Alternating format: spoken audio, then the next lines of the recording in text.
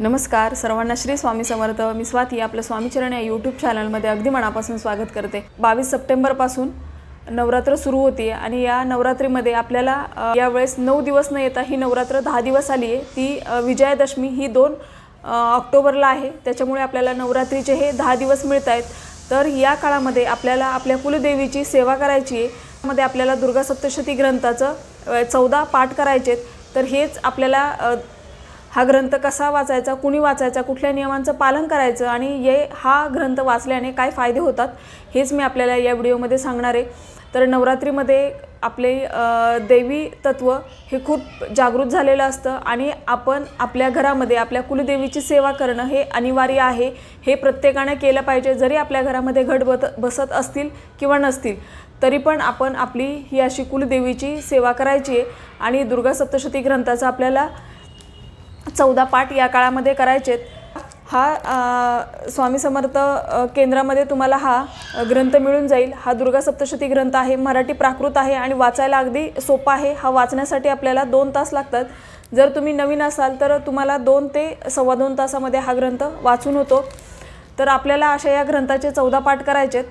आता हे पाठ आपण 9 दिवसामध्ये करायचे आहेत। तर आता हा ग्रंथ आपण का वाचावा?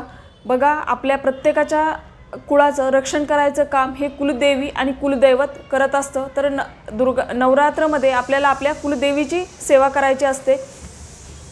तर आपल्याला वैवाहिक काही अडचणी असतील किंवा घरामध्ये मूल जन्माला येतं पण काहीतरी आजारपण मागे लागतं किंवा संतान प्राप्ती न होणं, नोकरीमध्ये यश न मिळणं किंवा घरामध्ये पैसा येतो पण तो न टिकणं, वारंवार आजारपण येणं, अशी कुठलीही समस्या असेल किंवा शिक्षण खूप होतं पण नोकरी मिळत नाही, अशा कुठल्याही समस्येसाठी तुम्ही दुर्गा सप्तशती ग्रंथ वाचू शकता। दुर्गा सप्तशती ग्रंथ वाचताना आपण संकल्प करणं आवश्यक आहे। जर आपल्याला कुठला त्रास असेल किंवा नसेल तरी आपण संकल्प करून हा ग्रंथ वाचावा, कारण संकल्प केल्याने आपली इच्छा पूर्ण होण्यास आणि संकल्प केल्याने त्वरित फलप्राप्ती होत असते। तर त्याच्यामुळे आपण असा हा ग्रंथ संकल्प करून वाचावा। आता संकल्प कसा करावा? तर आपल्याला हातात पळीभर पाणी घ्यायचे, त्याच्यामध्ये हळद, कुंकू, अक्षदा, एक फूल घ्यायचे। हे आपल्याला उजव्या हातामध्ये घ्यायचे आणि आपल्याला आपलं स्वतःचं नाव सांगायचं आहे, आपलं गोत्र सांगायचं आहे आणि आपण दुर्गा सप्तशतीचे किती पाठ करणार आहोत याचा उल्लेख त्याच्यामध्ये करायचा आहे। म्हणजे मी स्वाती कश्यप गोत्राची स्वामी समर्थांची सेवेकरी, मी आजपासून किंवा दुर्गा सप्तशतीचे अमुक पाठ करणार आहे आणि आपण कुठल्या त्रासासाठी हे पाठ करताय हे पण आपल्याला बोलून दाखवायचं आहे। आता जर तुम्हाला असं वाटत असेल की एवढे पाठ माझ्याकडून होतील की नाही, तर आपण असं म्हणायचे की मी माझ्या यथाशक्ती जेवढे मला पाठ जमतील तेवढे मी पाठ करेल आणि मग तुम्हाला जेवढे शक्य होतील तेवढेही पाठ करू शकता। पण जर तुम्ही हा ग्रंथ वाचला असेल, तुमच्याकडे तो असेल, तर तुम्ही या काळामध्ये 14 पाठ अवश्य करा। आणि जर हा ग्रंथ तुमच्याकडे नसेल तर तुम्ही आवर्जून जवळच्या स्वामी समर्थ केंद्रामध्ये हा ग्रंथ मिळून जातो, तिथून तो तुम्ही घेऊन यावा। संकल्प हा आपल्याला फक्त पहिल्या दिवशी आपण वाचणार आहोत त्या दिवशीच करायचा आहे, नंतर परत संकल्प करायची गरज नाही आहे। आणि आपण हे हातात घेतलेलं पाणी, फूल हे तामनामध्ये सोडायचे, हातावर 2 पळी पाणी घ्यायचे, असा हा आपला संकल्प पूर्ण होतो। पण कुठलीही सेवा संकल्प करून करा। जरी तुम्ही समजा तुम्हाला 14 पाठ करणं शक्य नाही आहे, मग जेवढे तुम्हाला असं वाटतं की तुम्ही तेवढे करू शकता तेवढाही पाठाचा संकल्प तुम्ही बोलून दाखवावा। तर आता आपल्याला समजलं सेवा आपण का करायची आहे, संकल्प कसा करायचा आहे। आता ही सेवा कुलस्त्रीने करायची आहे। आता सेवा करताना काही नियम आहेत, त्या नियमांचं आपल्याला पालन करायचं आहे। एक म्हणजे आपण ग्रंथ वाचायला बसल्यावर तो हातात घेऊन वाचायचा नाही आहे, तो पाठ किंवा ग्रंथासाठीचं छोटंसं स्टँड मिळतं त्याच्यावर किंवा पाटावर तो तुम्ही ठेवायचा आहे, वारंवार हलवू नये। आता तुम्ही हा ग्रंथ 9 दिवस वाचणार आहात। या ग्रंथासाठी एक आपल्याला स्वच्छ कापड घ्यायचं आहे, त्याच्यामध्ये आपण तो वाचून झाला की गुंडाळून देवापुढे ठेवून द्यायचा आहे। आता ग्रंथ वाचायला बसताना आपण साडी घालावी। बघा, प्रत्येक स्त्रीने कंपल्सरी साडीच घाला, पण जर काही कारणाने तुम्हाला साडी घालणं शक्य नसेल तर ड्रेस घाला, पण शक्यतो आपण साडीच घालावी। तर आपल्याला हातामध्ये हिरव्या बांगड्या घालायचेत आणि कपाळाला हळदी कुंकू आवर्जून लावायचं आहे। आपल्याला ग्रंथाला पण हळदी कुंकू लावायचं आहे। आता जर तुमच्याकडे देवीचा टाक, फोटो, मूर्ती काही असेल तर त्याला पण आपण हळदी कुंकू लावणार आहोत। आणि नवरात्रीमध्ये आपण आपल्या घरी घट असो किंवा नसो आपण अखंड दिवा लावायचा असतो, तर असा हा अखंड दिवा आपल्याला तेलाचा किंवा तुपाचा तुम्ही अखंड दिवा लावा। आणि जर काही कारणास्तव तुम्ही अखंड दिवा लावत नसाल तर आपण हा ग्रंथ वाचताना तुपाचा दिवा लावायचा आहे। आणि जरी तुम्ही अखंड दिवा लावत असाल तरी पण आपल्याला हा ग्रंथ वाचून होईपर्यंत टिकेल असा तुपाचा दिवा पुरेसं तूप घालून ते आपल्याला लावायचं आहे। ग्रंथ वाचायला बसण्याआधी आपण काही खाऊ नये, म्हणजे आपण नाश्ता करू शकतो किंवा एखादं फळ घेऊ शकतो, चहा कॉफी दूध या गोष्टी आपण घेऊ शकतो, पण अगदी पोटभर जेवण करून आपल्याला ग्रंथ वाचायचा नाही आहे। हा ग्रंथ आपण अगदी पहाटे 4 पासून ते संध्याकाळी 6 साडेसहापर्यंत वाचू शकतो। खूप रात्र करू नये।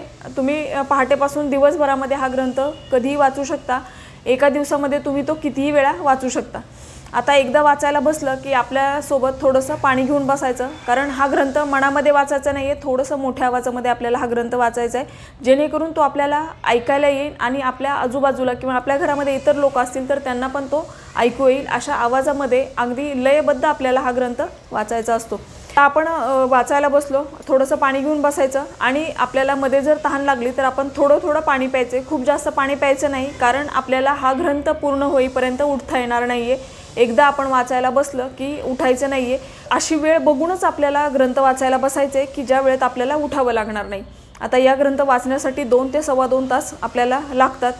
तर आता हा ग्रंथ कुठून कुठपर्यंत वाचायचा, सुरुवात आपल्याला स्वामी स्तवनपासून करायची। आपल्याला स्वामी स्तवन हे वाचायचे, स्वामी स्तवन झालं की आपल्याला 1 माळ स्वामींचा जप करायचा आहे, नंतर मग आपण हा ग्रंथ वाचायला घ्यायचा आहे। आता आपल्याला अवतरणिकेपासून सुरुवात करायची आहे। या ग्रंथामध्येच आहे, तुम्ही ग्रंथ उघडलात की तुम्हाला कळेल, अवतरणिकेपासून आपल्याला सुरुवात करायची आहे। नंतर आपल्याला अर्गला स्तोत्र, क्षमा प्रार्थना स्तोत्र, मंगलाचरण, पाठविधी सगळं एकामागे एकच आहे, ते आपल्याला पूर्ण वाचायचं आहे। नंतर हे सगळं वाचून झाल्यावर आपल्याला पहिला अध्याय येतो, तर हा पहिला अध्याय आपल्याला वाचायचा, दुसरा तिसरा असे 13 अध्याय आहेत आपले। हे 13 अध्याय वाचून झाले की नंतर शेवटी आपल्याला 1 माळ नवार्णव मंत्राची जप करायचा आहे। आता कमळगट्ट्याची माळ जर तुमच्याकडे असेल तर त्याच्यावर तुम्ही 1 माळ नवार्णव मंत्र करायचा आहे, म्हणजे 108 वेळा आपल्याला नवार्णव मंत्र म्हणायचा आहे। नवार्णव मंत्र म्हणताना तुम्ही मनामध्ये म्हणा, मोठ्या आवाजात म्हणायची गरज नाही आहे।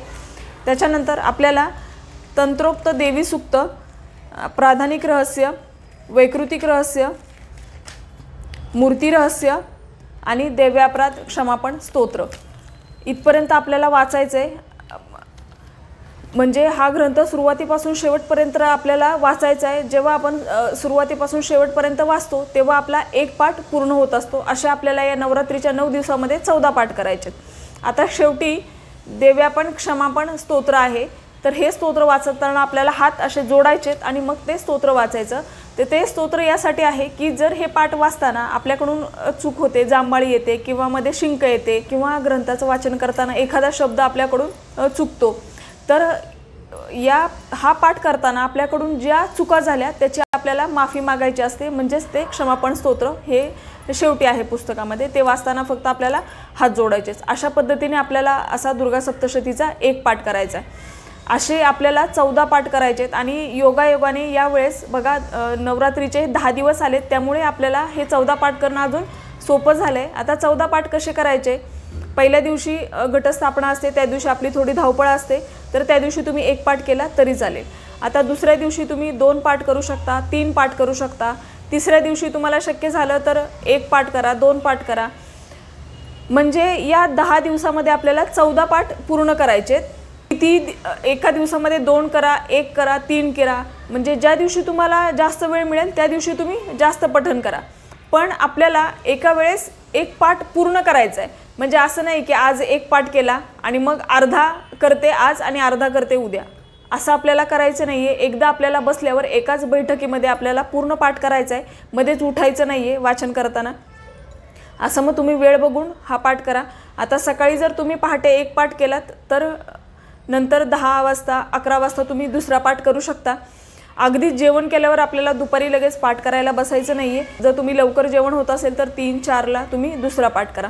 अशा पद्धतीने आपल्याला 14 पाठ करायचे। पण बघा ही सेवा खूप उच्च कोटीची आहे आणि या काळामध्ये आपण इतर गोष्टी आहेत नाही आहेत याचा विचार न करता आपण हा पाठ करायचा आहे, कारण या काळामध्ये दैवी तत्व हे खूप जागृत झालेलं असतं आणि या काळामध्ये आपल्याला दुर्गा सप्तशतीचे पाठ करायचे आहेत। बघा, आपल्याला आपल्या कुलदेवीची सेवा न केल्यामुळे खूप सारे दोष लागतात, तर या दुर्गा सप्तशतीच्या पाठाने आपल्या कुलदेवीचे कृपाशीर्वाद हे आपल्यावर राहत असतात। त्याच्यामुळे असे हे पाठ आपल्याला आवर्जून करायचे। आता हा पाठ करताना आपल्याला काही थोडेशा नियमांचं पालन करायचं आहे, ते म्हणजे आपल्याला या नवरात्रीच्या दिवसामध्ये आपल्याला मांसाहार करायचा नाही आहे, घरातही तो बनवायचा नाही आहे, बाहेर जाऊन पण खायचा नाही आहे। तर या काळामध्ये आपल्याला मांसाहार कटाक्षाने टाळायचा आहे। दुसरं म्हणजे पराण्य वर्ज्य। पराण्य म्हणजे दुसऱ्याच्या घरात शिजवलेलं किंवा हॉटेलचं पण आपण खाऊ नये आणि दुसऱ्याच्या पैशाचं आपण चुकूनही या काळामध्ये खायचं नाही आहे। आपण जर कधी वेळ आली, तुम्ही कुठे बाहेर गेला आणि खूप वेळ बाहेर राहावं लागलं, तर तुम्ही थोडंसं काही ज्यूस वगैरे असं जर घेतलं तर ते आपल्या स्वतःच्या पैशातून घ्यायचं आहे, पण शक्यतो या काळामध्ये पराण्य वर्ज्य करा। या काळामध्ये आपल्याला ब्रह्मचर्याचं पालन करायचं आहे, तर या नियमांचं आपल्याला काटेकोर पालन करायचं आहे या दिवसामध्ये आणि आपल्याला जेवढी होईल तेवढी देवी आईची उपासना करायची आहे। ज्यांच्या घरामध्ये गट बसतात तर ते व्यक्ती त्या दिवशी देवीला वेगळे वेगळे नैवेद्य हे अर्पण करत असतात, पण जर आपल्याकडे गट नसेल तर आपण असा ग्रंथ वाचून झाला की दिवसभरामध्ये देवीला नैवेद्य दाखवावा, म्हणजे देवीला मिठाई किंवा पांढरे पदार्थ, खीर, मखाण्याची खीर, शेवयांची खीर किंवा एखाद दिवशी खडीसाखर किंवा एखाद दिवशी फळ, असं ज्या देवीला प्रिय वस्तू आहेत त्यापैकी जे तुम्हाला ज्या दिवशी शक्य होईल त्या दिवशी त्या पदार्थाचा देवीला नैवेद्य दाखवावा। नंतर थोड्या वेळाने तो आपण घरातल्या सगळ्यांनी ग्रहण करावा। सकाळी पाठ वाचून झाल्यावर आपल्याला आवर्जून आपल्या देवीची आरती करायची आहे। बघा, आता आपण संकल्प करून ही सेवा करणार आहोत, तर आपल्याला ही संकल्प करून केलेली सेवा ही आपल्याला पूर्ण करायची असते। जर मासिक धर्म आला तर आपल्या घरातील दुसऱ्या व्यक्ती पण हा ग्रंथ पुढे वाचू शकतात, तो आपण तेवढे दिवस थांबून मग पुढे कंटिन्यू करावा आणि त्या दिवसामध्ये आपल्या घरातील इतर व्यक्ती ग्रंथ वाचू शकतात। पण जर तुम्ही 14 पाठाचा संकल्प करताय तर मासिक धर्म जर मध्ये येणार असेल तर आपण तो 14 पाठाचा संकल्प न करता थोडा कमी करा आणि जर आपल्याला सुतक आलं तर आपल्याला हा ग्रंथ वाचता येत नाही, मग आपली ती सेवा तिथेच थांबते, कारण सुतक हे आपल्या घरातल्या प्रत्येकाला लागतं। अशा पद्धतीने आपल्याला ह्या दुर्गा सप्तशती ग्रंथाचं पठण करायचं आहे। बघा, हा अगदी सोपा ग्रंथ आहे, मराठी प्राकृत आहे, यासाठी लागणारा वेळ हा पण 2-2.25 तासामध्ये हा होतो आणि तुम्हाला पहिल्या दिवशी लक्षात येईल तर किती वेळ लागतो आणि जसं तुम्ही याचं वाचन करता तर तो आपोआप आपल्या शब्द हे आपल्या लक्षात यायला लागतात आणि हा पाठ होतो, म्हणजे नंतर आपल्याला वाचायला फार वेळ लागत नाही, अगदी लयबद्ध आणि बरोबर आपला वाचून होतो। पण आपण सुरुवात करणं गरजेचं आहे आणि मी प्रत्येकाला विनंती करेल की या नवरात्रीच्या काळामध्ये आपण प्रत्येकाने हा ग्रंथ आवर्जून वाचा। बघा, ज्याला अगदी शक्य नाही आहे त्यांनी एक तरी पाठ हा आपल्याकडून झाला पाहिजे, पण दररोज एक पाठ याप्रमाणे आपण नक्कीच ही आई भगवतीची सेवा करा। कारण बघा, ज्या घरामध्ये आपल्या कुलदेवीची सेवा केली जाते तिथे कधीच कशाचं काही कमी पडत नाही, तर ही आपल्या कुलदेवीची उच्च कोटीची सेवा आहे आणि ही सेवा आपण प्रत्येकाने करा। वर्षभर आपल्याकडून ही सेवा केली जातेच असं नाही, नवरात्रीच्या काळामध्ये आपण या सेवा नक्कीच करा, कारण या काळामध्ये केलेल्या सेवेचं फळ हे आपल्याला खूप जास्त पटीने मिळणार आहे आणि आई भगवतीला प्रसन्न करून घेण्याची ही योग्य संधी आहे। आणि यावेळेस नवरात्र 10 दिवस आली आहे, त्याच्यामुळे 14 पाठ करणं अजून आपल्याला सोपं होणार आहे। तर मी आशा करते की माहिती समजली असेल। ही छोटीशी माहिती जी मला तुमच्यापर्यंत पोहोचवायची होती, झालेली सेवा मी आई तुळजाभवानी मातेच्या चरणी रुजू करते आणि व्हिडिओ आवडला असेल तर लाईक करा, शेअर करा, सबस्क्राईब करा। भेटूया अशाच एका नवीन व्हिडिओसोबत, तोपर्यंत सर्वांना श्री स्वामी समर्थ।